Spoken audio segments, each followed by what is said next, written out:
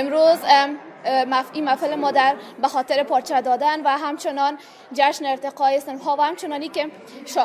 شاگردان و استادان تقدیر شوند درباره ازی بود که در این عرصه باید تشکری کنم از زحمتی که مدیر صاحب کشیدن، از زحمت‌های سرمعلم صاحب و تمام کارمندان اداری لیسه خصوصی ستاره تابان و همچنانی که والدین گرامی و همچنانی که شاگردان امروز نتایج زحمت‌های خود دیدن. در برنامه‌های متنوعی که در طول 2 سال کاری ما داشتیم، شاگردان با یک شوق و شور بسیار زیاد به طرف مکتب میآیند و حتی والدین خودم مجبور می‌سازند که اونا را در روزهای رخصتی هم باید مکتب بیارن. که یک جای خوشی و افتخار است و برنامه امروز ما که شما شاهدش هستین زیر نام جشن ارتقای صنف است که نتیجه 1 سال تعلیمی شاگردای ما که درس خواندن، زحمت کشیدن و طبیعاً هر انسان وقتی تلاش و زحمتی میکشه منتظر پاداش و نتیجهش است و ما خواستیم نتیجه امتحان که زحمات 1 ساله ما و همچنان شاگردا و والدین گرامی که سرمایه گذاری کردن روی فرزندایشان زحمت کشیدن، نتیجه او را با یک جشن پرشکوه ما تقدیم شاگردای عزیز ما بکنیم که برشان یک خاطره باشه و خوشی را احساس بکنن با کسب نتیجه خوبی را که از امتحانات سالانهشان و زحماتی را که در طول سال تعلیمی کشیده بودن به دست بیارن.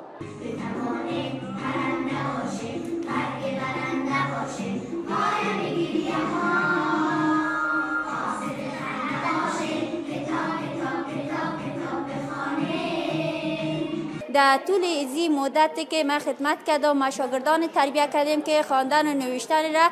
یاد گرفتن و بر ما افتخار همی است که ما تانستم از اینکه ما استاد برتر شدم و من خیلی خرسند هستم، چرا که مدیر صاحب محترم ما هر ماهی که از ما امتحان میگرفت خیلی شفاف بود. توزیع تقدیرنامه ها به اساتید بود که خودم از جمله اساتید برتر مکتب قرار گرفتم و بسیار زیاد احساس خرسندی و سپاسگزاری میکنم از لیسه خصوصی ستاره تابان و همچنان از مدیر صاحب محترم، از ریاست عمومی، از رئیس صاحب محترم که در خارج از کشور به سر میبرند، از اینکه یک زمینه بسیار خوب که هم نه تنها باعث رشد شاگردا شد بلکه باعث رشد استادا میشد.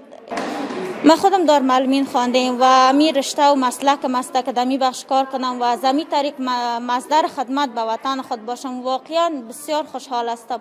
که از این طریق که شاگردای ما که پیش ما میان مثل یک ورق کاغذ سفید هستند، ما پارچه های اونا را این دست ماست که چه قسم در او پارچه چی بنویسیم و از اینکه ما اولاد وطن تربیت میکنم و میخوایم یک نسل برتر به جامعه تقدیم کنم، به ما بسیار زیاد یک احساس خرسندی است و بازم از جا داره که از مکتب ما تشکری و سپاسگزاری کنم که به ما و به فرزندان وطن زمینه رشد و ارتقا را فراهم میکنند.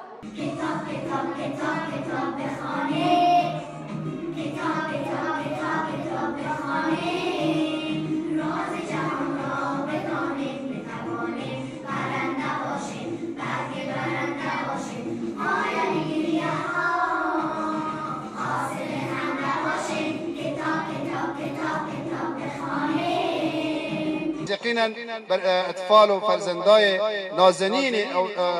ما و شما الله استعدادهای عظیمی را در فطرت از اینها گذاشته. امروز استعدادها و انکشافها فرق میکنه. اگر 10 سال و 50 سال پیش استعدادها یک چیز را کشف میکرد، حالا با گذشت و پیشرفت وسایل تکنولوژی استعدادها به شکل دیگری جلایش میکنه. دیگه این تربیه و این چیز به این خاطر معلمین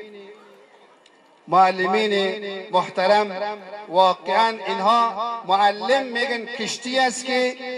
با دورترین جای ما را میرساند. معلم در حقیقت شمع و چراغی است که خودش میسوزه اما جامعه و خانواده ها را روشن میسازد. سلام و احترام کامل به همه معلم انسانیت که در رأس از حضرت محمد مصطفی صلی الله علیه و سلم است که معلم انسانیت. ما